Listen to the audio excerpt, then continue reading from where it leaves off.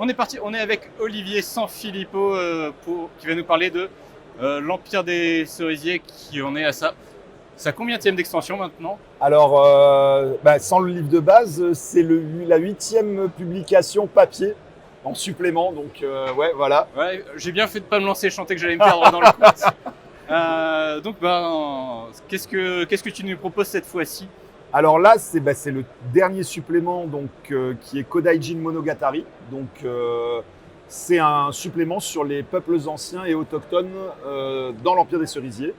C'est un supplément qui me tenait particulièrement à cœur parce qu'il traite justement d'autres cultures, d'autres folklores et d'autres mythologies du Japon dans le prisme fantasy de l'Empire des Cerisiers et notamment dans les inspirations du côté des Ainu, des Ryukyuan, Matagi, enfin plein de peuples qui existent toujours au Japon, autochtones, et d'autres populations, inspiration de populations ou d'ethnies anciennes qui ont disparu du Japon et certaines inventées qui sont tirées du folklore. Voilà.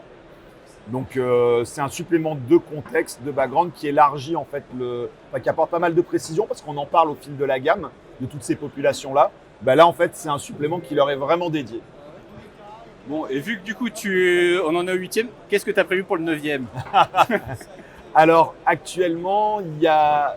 En fait, avec ce 8e, j'ai posé ce que j'avais prévu en fait initialement pour la gamme.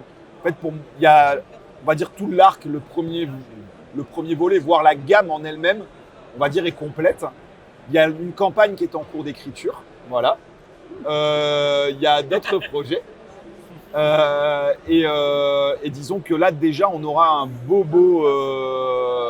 une jolie gamme je pense. Mais bon, je travaille déjà sur d'autres suppléments ou peut-être spin-off dans l'univers de l'Empire des Cerisiers, quoi. C'est sur les réseaux, ceux qui me suivent, ils doivent voir passer des trucs liés au royaume lunaire ou peut-être un peu science fantasy, voilà. Écoute, merci beaucoup. Merci à vous, carrément. Et à tout bientôt.